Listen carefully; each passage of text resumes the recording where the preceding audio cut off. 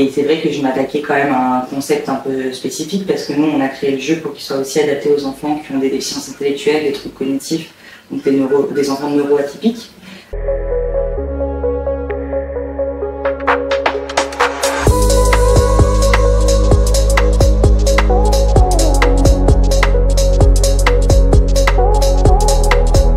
Bonjour à tous et bienvenue sur cette interview d'entrepreneur. Aujourd'hui on est avec Noémie Ogno qui a créé sa maison d'édition, j'ai vu sur LinkedIn. C'est ça. Et du coup son jeu de société pour enfants qui est ludopédagogique. C'est ça. Ok.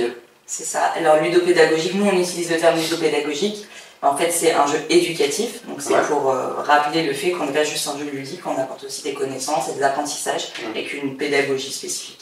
Ok, trop bien. Donc c'est parti. Donc on va commencer par la première partie qui est 10 questions qui sont les mêmes pour tous les invités. Vous commencez à comprendre le principe. Donc où sommes-nous? Voilà, qu'est-ce qu'on fait là?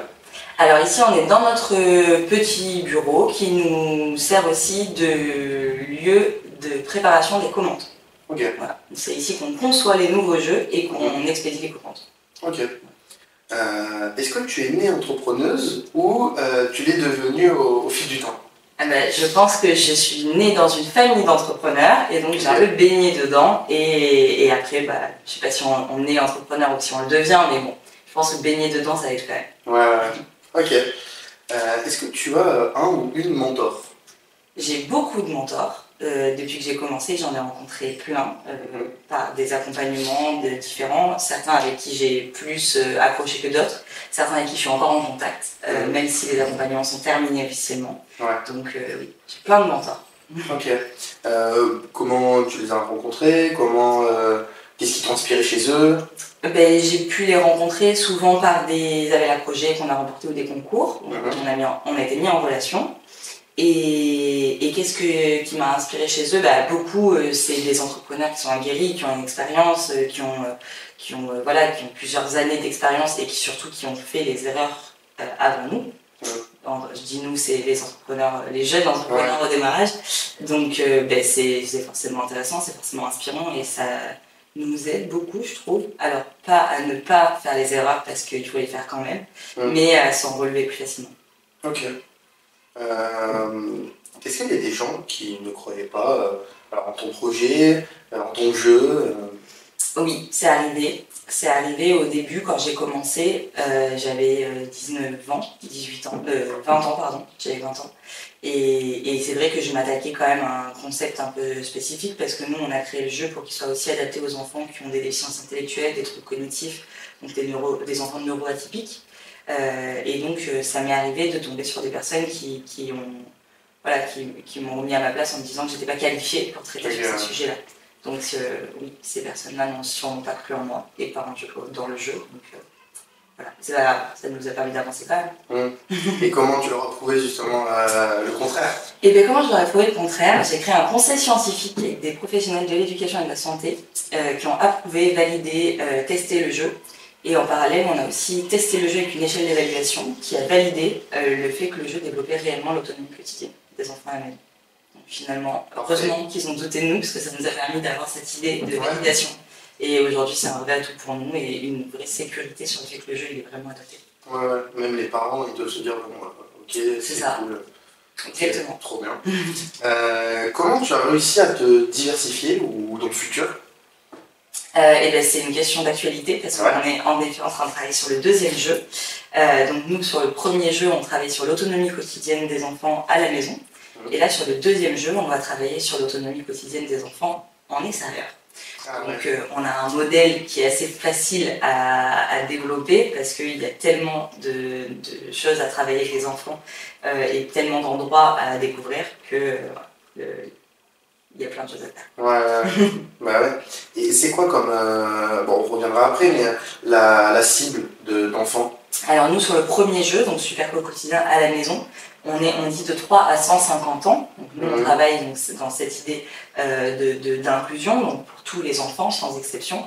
Donc de 3 à 150. Alors en réalité, c'est sur du 3-6 ans à peu près. Et sur le second jeu, là, on sera sur du 6-9 ans. Donc après, l'idée, c'est aussi de se développer et dans le fond, donc sur les questions, sur les aspects de l'autonomie, et sur la forme aussi, donc avec des jeux un petit peu plus travaillés, notamment sur la motricité, pour s'adapter aux enfants un peu plus grands.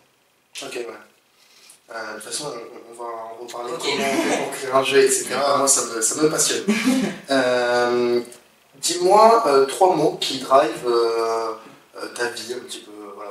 Pas forcément en termes d'entrepreneuriat pour ton jeu, mais plus voilà, personnel. La passion, la résilience et je sais pas. Le troisième, il est toujours compliqué. Le troisième, il est dur, je sais pas, je dirais la motivation. Ok. Ouais. Ouais, je pense que ça va te plaire avec les deux autres. Ouais. Ok. Quelle est la décision la plus difficile de ta vie? Alors, soit côté pro, soit côté perso, c'est au choix. Ça, c'est super dur comme question. Je n'en ai pas la moindre idée. J'en ai aucune idée. Mais il y en a plein, et en même temps, j'ai l'impression qu'il n'y en a aucune. J'imagine que chaque décision, chaque nouveau enjeu, t'as l'impression toujours que c'est le plus dur. Et en fait, après. Il y a encore plus dur. Et quand j'ai commencé, quand je me suis lancée, j'ai pas trouvé ça dur de se lancer, parce qu'en fait, il n'y a rien à faire, c'est juste une décision. Mais il y a eu plein d'étapes qui ont été hyper difficiles. Mais en même temps, avec le recul, maintenant, je me dis, bah en fait, ça va. La prochaine, elle sera peut-être encore plus dure, et en fait, ça sera celle d'après. Donc, je sais pas, j'ai pas vraiment de réponse. Non, mais franchement, c'est aussi le but d'avoir des questions un petit peu, même des réponses un peu par rapport au ressenti. Quelle est ton activité préférée pour te déconnecter? Le jeu? J'ai le droit de le dire. À la caméra, j'aime aller boire un verre. Ok. Voilà. Profiter de la famille, des copains. Juste passer un moment à parler de tout et de rien et boire un verre pour l'apéro. Ouais. Trop bien. Il faut aussi se relaxer, etc. Du coup, je pense que c'est primordial. Et mieux repartir. C'est ça. De combien était le plus gros contrat par rapport à un jeu comme ça Combien ça nous a coûté ou combien on a reçu? Ouais, combien vous avez reçu, je sais pas, la plus grosse vente commerciale. Okay. Ouais, voilà.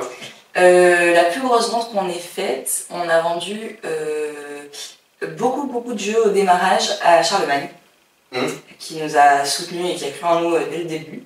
Et ils nous ont pris, je sais pas, une palette d'un coup.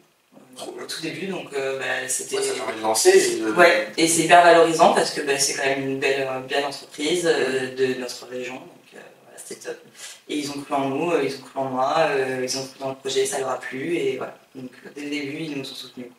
Et c'est vite parti après, moi je suis pas en direct avec eux au quotidien, mais c'est super intéressant, surtout Charlemagne, parce que dans notre travail, en fait, on a beaucoup ici, partout en France, les écoles, il y en a beaucoup qui sont, par exemple, sous contrat, donc ils ne peuvent pas acheter ailleurs que dans une centrale, par exemple.